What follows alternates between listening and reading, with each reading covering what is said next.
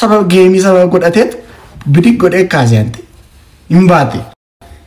Amma Oromoon bakka Oromoon akkasaatti Oromoon gowwaa Oromoon bakka geemii fi minaamin jedhee taman.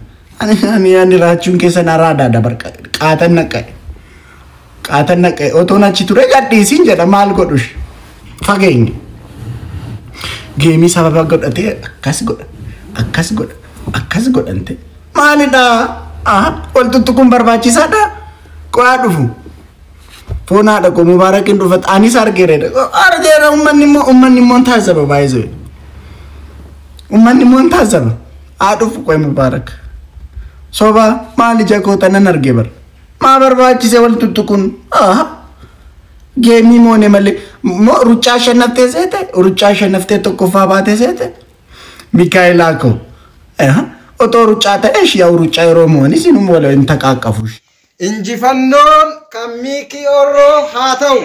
Injifannoon kan Miikii Orroo haa ta'u. Nuti qeerroo walloo qeerroo sadii makkannaa. Nuti qeerroo walloo qeerroo mijiru waamuma irree keenya beesiru. Itti mudii.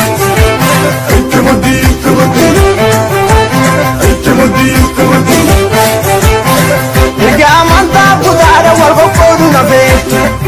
Inni guyyaa takkaayyuu hin beeku rafee. Bira fakkaachaa tokkummaa keenya jibbanii. Diinummaa isaanii ofitti ragaa bahanii.